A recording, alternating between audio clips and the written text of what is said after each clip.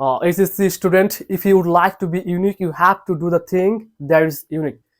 তোমরা যদি ইউনিক হতে চাও তোমাকে ওই কাজটাই করতে হবে যেটা হলো ইউনিক। সো তুমি যদি অলরাউন্ডার হতে চাও তোমাকে প্রত্যেকটি বোর্ড কোশ্চেন এখন থেকে বাংলা সহ, গ্রামাটিক্যাল ফ্যাক্ট সহ, এবং কোনটা হলো এটা এটা না হয়েও অন্য কোনো কোনটা হতে পারতো, সো এই ব্যাপারগুলো বুঝে বুঝে পড়তে হবে। তোমার যদি স্বপ্ন থাকে বড়, তাহলে এইভাবে পড়তে হবে। আর যদি স্বপ্ন থাকে কোনোভাবে এইচএসসি পাস করা, তারপরে কোনো গার্মেন্টসে ঢুকা অথবা বিদেশ চলে যাওয়া, সৌদি আরব চলে যাওয়া, তাহলে তুমি কোনো মতে বন্ধু বান্ধব দেখে পাস করতে পারো অথবা কি ডাইরেক্ট ফেল করবা, দুইটা হয়ে আর কি। ওকে, সো স্বপ্ন থাকতে হবে বড়, প্রত্যেকটা বোর্ড কোশ্চেন ভালোভাবে সলভ করতে হবে।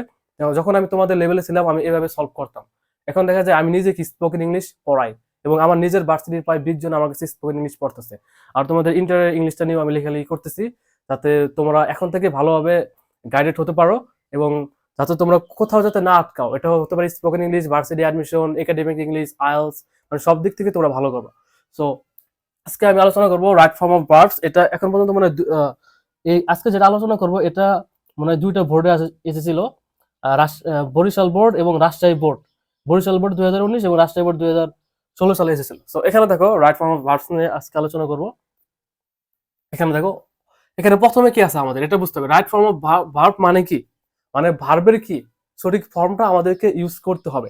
এখন ভার্বের সঠিক ফর্ম কোনগুলো আছে, V1 আছে, V2 আছে, V3 আছে, তারপরে ফিউচার আছে, এগুলা আর কি present continuous, past continuous, present perfect. So এগুলাই কিন্তু, অর্থাৎ আমি বলতে চাচ্ছি ভার্বের আমরা সাধারণত জানি কি ভার্বের তিনটা ফর্ম, V1 V2 V3, মানে present form, past form, past participle form.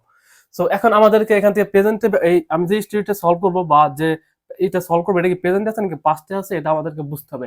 এটা বুঝতে হলে কয়েকটা মানে সিম্বলের মাধ্যমে বোঝাতে হবে। এখানে দেখো এখানে কি আছে, এখানে আসলে ওয়ান্স। ওয়ান্স মানে কি একদা, মানে পাস্ট, পাস্টকে বোঝাচ্ছে। সো এই জন্য এখানে পুরো প্যাসেজটা মানে এখানে যে এটা আছে এটা সলভ করতে হলে তোমাকে পাস্টে অ্যান্সার করতে হবে যদি এরকম থাকে ওয়ান্স। ওকে, এখন দেখো once there live an idle king, মানে একদা এক মানে অলস রাজা বাস করতে হবে, কারণ কি এখানে ওয়ান্স আছে। এখন তুমি যদি এখানে লিভ দাও মানে একদা এক রাজা বাস করে, হবে হবে না, তোমাকে দিতে হবে বলতে হবে বাংলায় কি একদা এক রাজা বাস করতো। এই জন্য এখানে লিভ আছে, লিভ থেকে হইতে হবে কি লিফট। এখানে জাস্ট একটা ডি যুক্ত করে দেবো লাস্টে, লিফট। ওকে, তারপরে দেখো হি উড, এখানে কি হবে নট আছে, তারপরে আন্ডার গো আছে, ফিজিক্যাল লেবার মানে কি এখানে এই যে এই বাংলাটা বুঝতে হবে তোমাকে। এখানে কুড এবং উডের মধ্যে পার্থক্যটা বুঝতে হবে। তো এভাবে যদি বুঝে বুঝে পড়ো, দেখো এখানে কি হবে, এখানে তোমার উড নট হবে। এখন যদি তোমাকে আমি বলি কেন উড নট হবে, তুমি বলবা পাস্ট টেন্স, এর জন্য উড নট হবে। কুড নট তো হতে পারতো, তাহলে তুমি কুড নট ইউজ করবে না কেন? সো এখানে কুড নট মানে কি, কুড নট যখন ইউজ করবা তাহলে সে কি ফিজিক্যাল এক্সারসাইজ করতে পারতো না। আর এখানে আসলেও কি বাংলার অর্থটা হবে সে কি ফিজিক্যাল এক্সারসাইজ করতো না। কেন করতো না, এখানে দেওয়া আছে অ্যান আইডল কিং, সে একজন অলস কিং ছিল, মানে সে ফিজিক্যাল এক্সারসাইজ করতে পারতো, ব্যাপারটা হলো এরকম, কিন্তু করতো না। এই করতো না অর্থে তোমাকে এখানে উড নট ইউজ করতে হবে, would not. So he would not undergo physical labour, মানে কি সে ফিজিক্যাল এক্সারসাইজ বা পরিশ্রম কি সে করতো না। অ্যাজ আ রেজাল্ট, এর ফলে হি, এখানে কি হবে গেট হবে নাকি গট হবে, bulky and could not move from one place to another place, মানে এই জন্য সে কি বাল্কি, হ্যাঁ মানে কি মোটা হয়ে যায়, মোটা ছোট হয়ে যায়। হ্যাঁ, যার কারণে হি কুড নট, এই যে করতে পারতো না, মোটা ছোট হওয়ার পরে কি সে could not move one place to another, another মানে এক প্লেস থেকে কি আরেকটা প্লেসে কি সে কি মুভ করতে পারতো না। এখন এখন তো সে মহা মুশকিলে পড়ে গেছে, এখন বুঝতেছে আসলে ফিজিক্যাল এক্সারসাইজ না করলে কি হয়। সো এখন এখানে কি হবে, এখন এখানে দেখো তারপরে কি করলো, সে ভাবলো যে একটা ডাক্তার ডাকা উচিত, তাহলে যেহেতু পাস্ট টেন্সে আছে এজন্য সে একজন কি ডাক্তার ডেকে এনেছিল।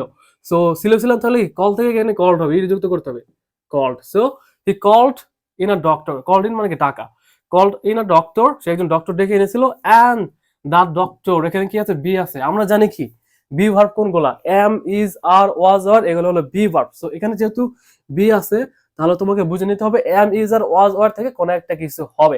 এখন যদি স্টোরিটা পাস্ট টেন্সে, এজন্য তোমাদেরকে এখানে কি ইউজ করতে হবে ওয়াজ অথবা ওয়ার, কিন্তু এখানে সাবজেক্ট কি আছে দ্য ডক্টর, মানে কি সিঙ্গুলার বা থার্ড পারসন, এজন্য তোমাকে পাস্ট টেন্স থেকে ওয়াজ এবং ওয়ার থেকে ওয়াজ কে বেছে নিতে হবে। সো এজন্য তোমার এখানে হবে কি ওয়াজ, ওয়াজ হবে। So the doctor was clever, মানে চালাক ছিল, এন্ড ওয়াইজ জ্ঞানী ছিল।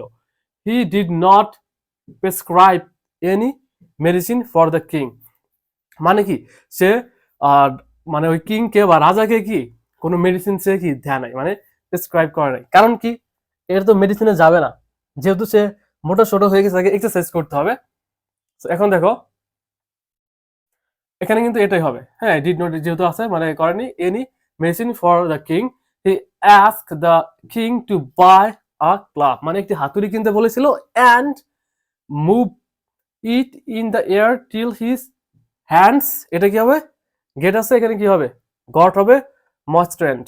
মাস্টেন্ট মানে কি, এটার মানে হলো ওই ময়সেন্ট, হ্যাঁ ময়সেন্ট মানে কি, ময়সেন্ট মানে হলো যতক্ষণ পর্যন্ত মানে তাকে একটা কি ডাক্তার তাকে একটা হাতুড়ি কিনতে বলেছিল, এবং এটা সে বাতাস এরকম করবে, মানে এক্সারসাইজ করবে এরকম করে করে, বা কোনো প্রকার একটা এক্সারসাইজ, যতক্ষণ পর্যন্ত তার হাত না ঘেমে যায় বা আর্দ্রতা না আসে হাতে, ততক্ষণ পর্যন্ত তাকে ডাক্তার এক্সারসাইজ করতে বলেছিল। সো ব্যাপারটা হলো এটাই যে he ask the king to buy a club and move, এখানে কি হবে, মুভ হবে না একটা ইডি যুক্ত হবে। সো এখন আমরা জানি কি অ্যান্ড অর বাট এগুলোর পরে কি সমজাতি হয়। সো এক্ষেত্রে এখানে দেখো টু বাই আছে, এই জন্য তোমাকে যেহেতু অ্যান্ড অর পরে সমজাতি হয়, এই জন্য তোমাকে এখানে মুভি ইউজ করতে হবে। কারণ কি এখানে টু বাই আছে বি ওয়ান, এক্ষেত্রে তোমাকে এখানে বি ওয়ান রাখতে হবে, এখানে আমাদের কোনো পরিবর্তন করার দরকার নেই, ইট ইজ ওকে।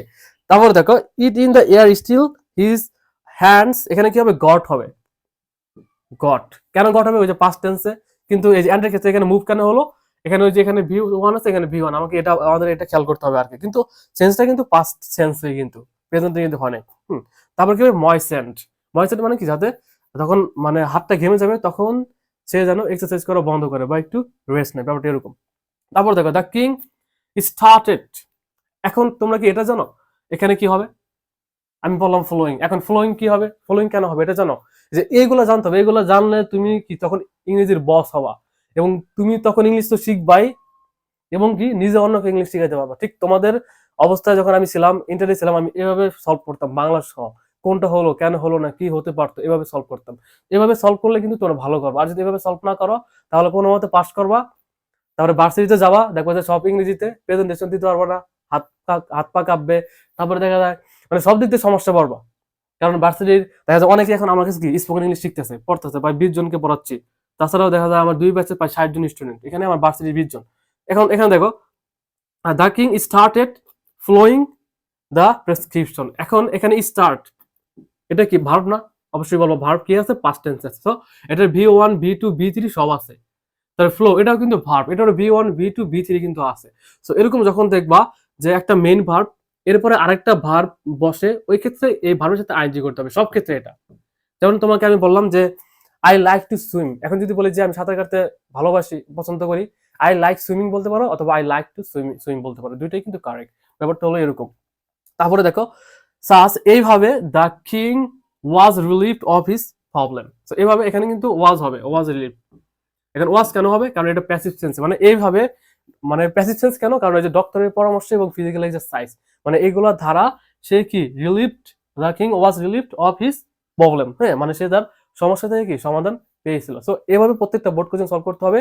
তোমরা যদি চাও যে এরকম ভিডিও আমি প্রত্যেক দিনই বানাই তোমাদের জন্য, কমেন্ট করবা, আমি তোমাদের জন্য বানাবো। আর তোমাদের বন্ধু বান্ধব থাকলে জানাবা। আর কেউ যদি আমার কাছে পড়তে চাও, তোমরা আমার কাছে অনলাইন অথবা অফলাইন দুইভাবে পড়তে পারো।